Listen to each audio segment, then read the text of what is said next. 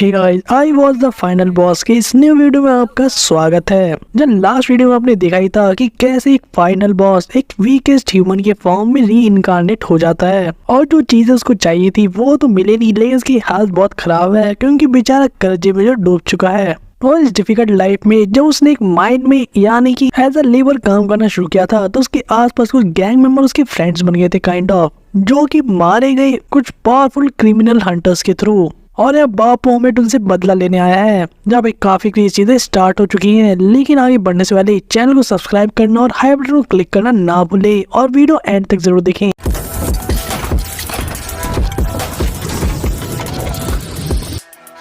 Story start में हम देखते हैं कुछ नोटिफिकेशंस को पॉपअप करते हुए, जहाँ पे बापोवेट ने जैसे इस विलन का वेपन अपने हाथ में लिया था, हमें पता लगता है कैसे इसकी एफिशिएंसी 0% हो चुकी है। क्योंकि अगर आपको याद ना हो तो लास्ट एपिसोड में बताया गया था कि कैसे जो वेपन है वो पर्सनली यूज किए जाते हैं, यानी कोई और पर्सन किसी और वेपन को यूज नहीं कर सकता। लेकिन यहाँ एक दूसरी नोटिफिकेशन आती है जिससे शो होता है कि कैसे बापोवेट की पैसिव स्किल स्टार्ट हो चुकी है जिसका नाम है मास्टर ऑफ वेपन्स, जहाँ उसे किसी के वेपन को चुराने की पावर मिल जाती है, यानी किसी और के वेपन को भी यूज कर सकता है जो कि स्पेशली किसी और के लिए बना था। और उसके अगले पल हम एक क्रिमिनल के सर को नीचे गिरते हुए देखते हैं एंड ऑब्वियसली काम किसी और का नहीं बल्कि बापो होमेट का था, जो वहाँ आ चुका था और पूछ रहा था कि आखिर कौन से शिट बैग्स हैं जिन्होंने मेरे दोस्तों को मारा। जहाँ पे लोग का ध्यान बापो होमेट की तरफ जाता है, जहाँ पे मेन बंदा इसका काफी मजाक उड़ा रहा था कि कैसे बंदा काफी बुढ़ा हो चुका है जो टॉय के साथ खेल रहा है। लेकिन वहीं दूसरी तरफ बापो होमेट समझ जाता है कि यही बंदे हैं जिन्होंने कांड किया था माइन के अंदर यानी कि ब्लास्ट का।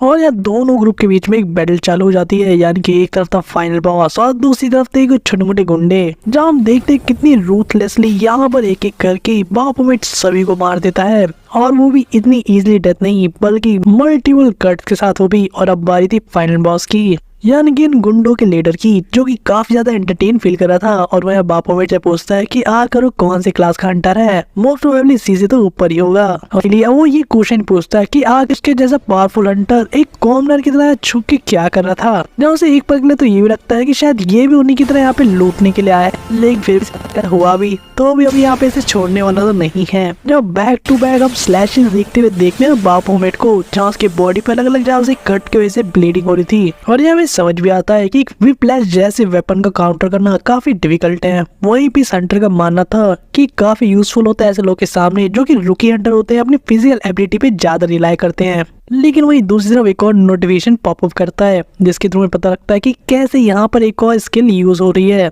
जहाँ पे 15% बॉप मिलता है और यहाँ पर बापोवेट सारी ब्लीडिंग को रोक लेता है। और इन दोनों के बीच बैक टू बैक फाइट वापस से स्टार्ट हो जाती है, जहाँ पे इस बार अटैक बापोवेट कर रहा था और ये बंदा डिफेंसिव पे जा चुका था। लेकिन ये अभी भी काफी अंडर एस्टिमेट कर रहा था बापोवेट की स्किल्स को, लेकिन उसे समझ में नहीं आ रहा था कि आखिर पावर आ कहाँ से रही है। जब इस पॉइंट तक इस विलन को लग रहा था कि कैसे ही जितना टाइम इस बैटल को खींचेगा उतना ही अच्छा इसके लिए होगा, क्योंकि एंड में ये बंदा एग्जॉस्शन की वजह से बापोवेट को हरा सकता है। और मोस्ट प्रोबेबली उसके सामने जो बंदा है यानी कि बापोवेट वो बी ग्रेड का एक हंटर होगा। लेकिन इसी बीच बापोवेट को एक ओपनिंग मिलती है, जहाँ फाइनली हम इस बंदे को डरते हुए देखते हैं, क्योंकि जब उसकी आंखों में देखता है तो समझ में आता है कि उसके सामने जो बंदा खड़ा है वो कोई ह्यूमन ना हो बल्कि कोई मॉन्स्टर हो। और इसी के अगले पल हम उसे अपना एक हाथ भी खोते हुए देखते हैं। और यहाँ में ये भी समझ में आता है कैसे बापोवेट एक के बाद एक लिम्ब को अलग कर रहा है, यानी कि पहले एक हाथ, फिर दूसरा हाथ और फिर उसके बाद दूसरा बॉडी पार्ट, क्योंकि सारी चीजें डेडिकेट की थी उन लोगों को जो कि बापोवेट के आसपास थे और मारे गए। जैसे कि एक हाथ काटा गया उस बंदे के लिए जो कि हमेशा लीड लिया करता था ग्रुप में, एक दूसरा हाथ उस बंदे के लिए जो कि हमेशा साइलेंट रहता था,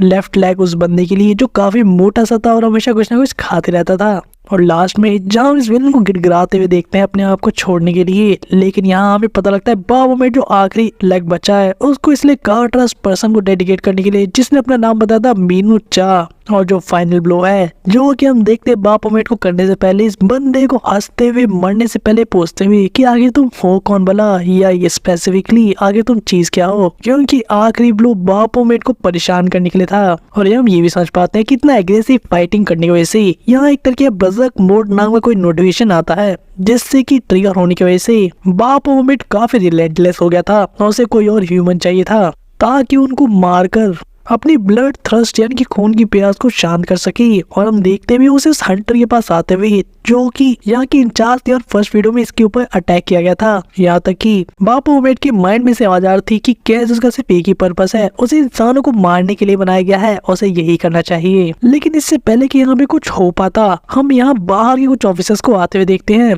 जो कि इन्फॉर्मेशन मिलने की वजह से यहाँ पर आए थे सर्वाइवर्स को ढूंढने के लिए। और यहाँ पर ये भी अजीब सी चीज थी कि कैसे बापू वेट का ध्यान इन दोनों पर्सन के ऊपर चला जाता है, यानी ऑफिसर्स के ऊपर, जब इन दोनों ह्यूमंस के ऊपर अटैक कर देता है। लेकिन इससे पहले सिचुएशन खराब होती, हम एक मिस्टिकल हैंड को अपीयर होते हुए देखते हैं। ये सफेद सा हाथ सीधे बापू वेट के हेड पे एक फ्लिक मारते हुए उसे शांत कर देते, कहते हुए कि तुम मर नहीं सकते, खासकर तब जब मैंने तुम्हें जिंदा करने के लिए इतना कुछ किया है। वही दोनों ऑफिसर्स कंफ्यूज थे कि एक्चुअल में यहाँ पे हुआ क्या भला, और ये बंदा वाला सो कैसे गया एकदम से जो कि अटैक करने वाला था। और यहाँ पे हमें कुछ अजीब सी फ्लैशबैक दिखाए जाते हैं जहाँ पे जब ये बंदा फाइनल बॉस यानी मॉन्स्टर था, अपने थ्रोन के ऊपर बैठा ऑर्डर दिया करता था कैसे सारे ह्यूमंस को यानी कि टॉयज को खत्म कर देने के लिए। लेकिन एक टाइम आ गया जो आज वो एक वीकेस्ट ह्यूमन है और वो देखता है कैसे वही सेम हंटर जिसने उसे हराया था उसे वापस से मार रहा है, ये कहते हुए कि तुम्हें कोई की मेढक हो और तुम्हें कोई आइडिया नहीं है इस वर्ल्ड के बारे में, और कायरो को सिर्फ मृत्यु ही प्राप्त होती है। और उसके साथ ही हम देखते हैं कैसे बाप ओमेट को होश आ जाता है, जहाँ बेसिकली ये एक तरीके का नाइटमेयर था, बुरा सपना था जो देख रहा था।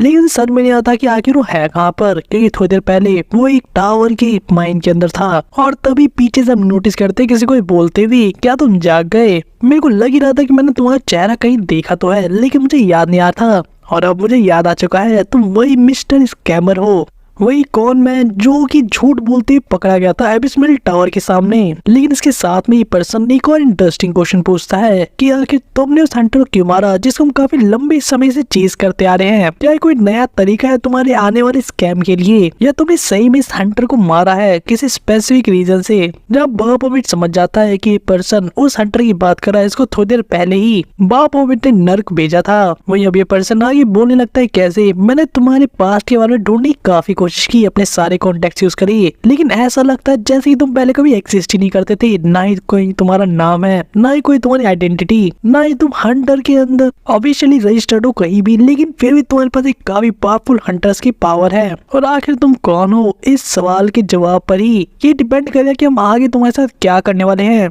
जैसे भी बाप ओमिट को हम फ्रस्ट्रेट होते देखते जब एक पंच मारता है शीशे के ऊपर जो कि पूरी तरह से क्रैक हो गया था, और यह बाप ओमिट जवाब देता है कि कैसे तुम तब से बड़बड़ाए जा रहे हो, सिर्फ क्वेश्चन ही क्वेश्चन पूछे जा रहे हो, आखिर कितने क्वेश्चन है तुम्हारे पास? और इतना ही नहीं, बाप ओमिट का कहना था कि तुम्हें थोड़ी सी कर्टसी दिखानी चाहिए, अगर तुम मेरे बारे में जानना चाहते हो तो पहले अपने बारे में तो इंट्रोड्यूस कराओ मुझे एक वॉल के अंदर बंद करके तुम मुझसे इतने क्वेश्चन पूछे हो, शेमलेस बास्टर्ड। यहाँ तक कि पूरी इरिटेशन की मारी बाप ओमिट यहाँ तक भी कहता है कि तुम मुझे कौन मैन कहते हो, लेकिन क्या मैंने तुम्हें कहा था कि तुम लोग मुझे हीरो समझो? मैं इस पूरी सिचुएशन में तुम जैसे लोग वैसे फंसा हुआ हूँ। और जहाँ तक बात है उस हंटर की, तो हाँ उसको मैंने ही टपकाया है, लेकिन अगर तुम्हें लगता है मैं किसी तरह से गिल्टी फील कर रहा हूँ उसको मारने से, तो तुम गलत समझ रहे हो मुझे। मैं ऐसा कुछ नहीं करने वाला, मुझे बिल्कुल भी बुरा नहीं लगा उसे मारते हुए, क्योंकि गलती उस हंटर की थी, उसने मुझे गुस्सा दिलवाया था आखिर। और बाप ओमिट यही नहीं रुकता, वो एक धमकी देते हुए कहता है कि अगर तुमने किसी तरह से उसे वापस जीवित करने का तरीका ढूंढ लिया तो मैं उसे बार बार मारते रहूंगा जितनी बार रिवाइव होगा।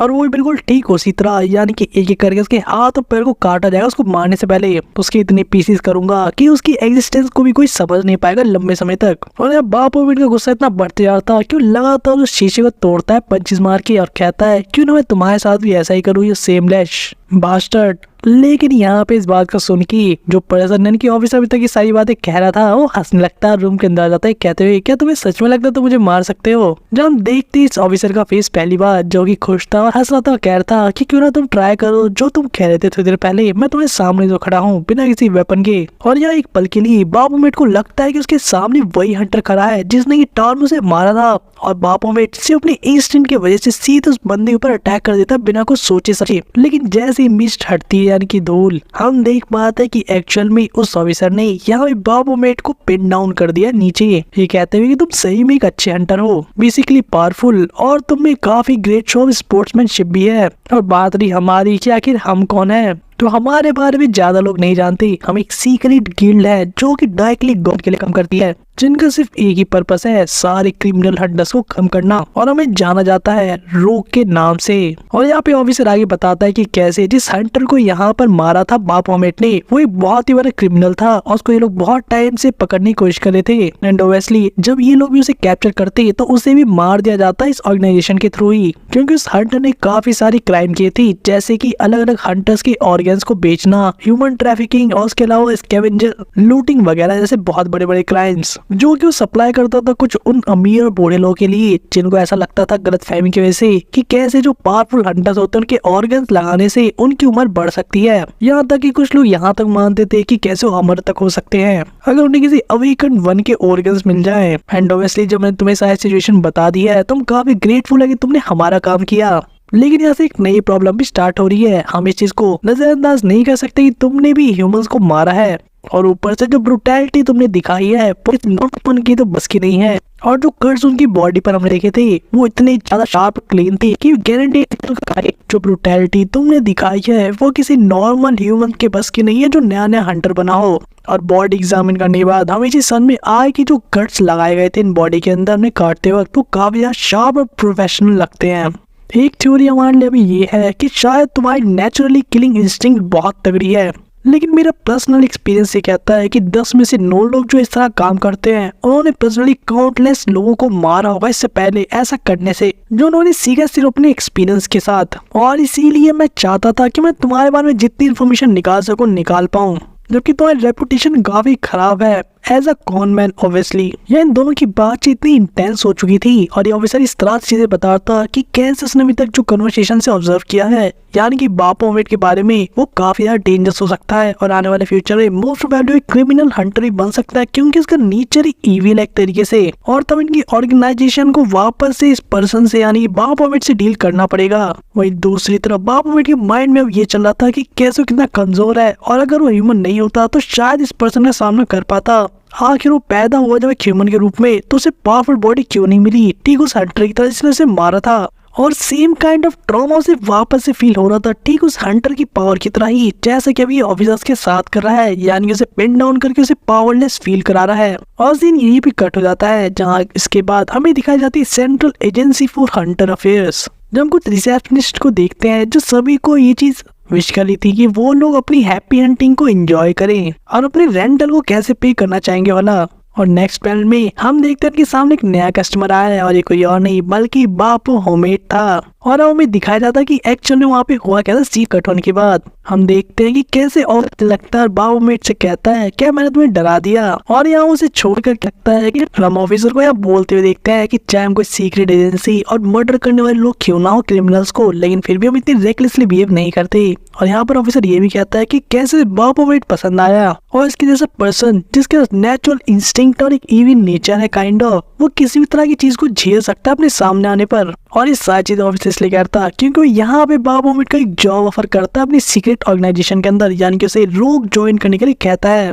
क्योंकि यहाँ पर इसकी स्किल्स को काफी अच्छी तरीके से और एक अच्छी कॉज के लिए यूज किया जा सकता है। और यहाँ प्रेजेंट में उस एजेंसी के सामने बापू होमेट इसलिए आया था ताकि अपने आप को ऑफिशियली हंटर की तरह रजिस्टर कर सके। रिसेप्शनिस्ट इस बात को सुन के स्माइल के साथ कहती है कि कैसे उसे अपनी आईडी देनी होगी और साथ में अपना हंटर एप्टीट्यूड रिकॉर्ड्स भी। जब हमें फ्लैशबैक के थ्रू पता लगता है कि इन सब चीजों का जुगाड़ उस ऑर्गेनाइजेशन ऑलरेडी कर दिया था जब मल्टीपल एजेंसीज काम कर रही थी एक नकली आइडेंटिटी क्रिएट करने के लिए, साथ में उसके एप्टीट्यूड रिजल्ट को क्रिएट करने के लिए भी। और यहाँ प्रेजेंट में उसकी सारी डिटेल को कंफर्म कर दिया जाता है, यानी कि वो चीजें ऑथेंटिक थी और अब किसी को इसके ऊपर शक नहीं होगा। और यहाँ बापू होमेट को बताया जाता है कि कैसे उसे एज अ हंटर काम करने के लिए अपना एक कोड नेम को चूज करना होगा जो उसका प्रोफेशनल नाम होगा। जब हमें पता लगता है उस ऑफिसर ने कैसे बापू होमेट को बताया था कि यहाँ इस वर्ल्ड के अंदर हंटर्स के अपने प्रोफेशनल नाम होते हैं जो उनके रियल नेम से अलग होते हैं, ताकि रियल वर्ल्ड के अंदर सिविलियंस और हंटर को अलग से पहचाना जा सके। और ये करना इतना इम्पोर्टेंट है कि ऐसे किए बिना यहाँ पे हंटर रजिस्टर भी नहीं कर सकता।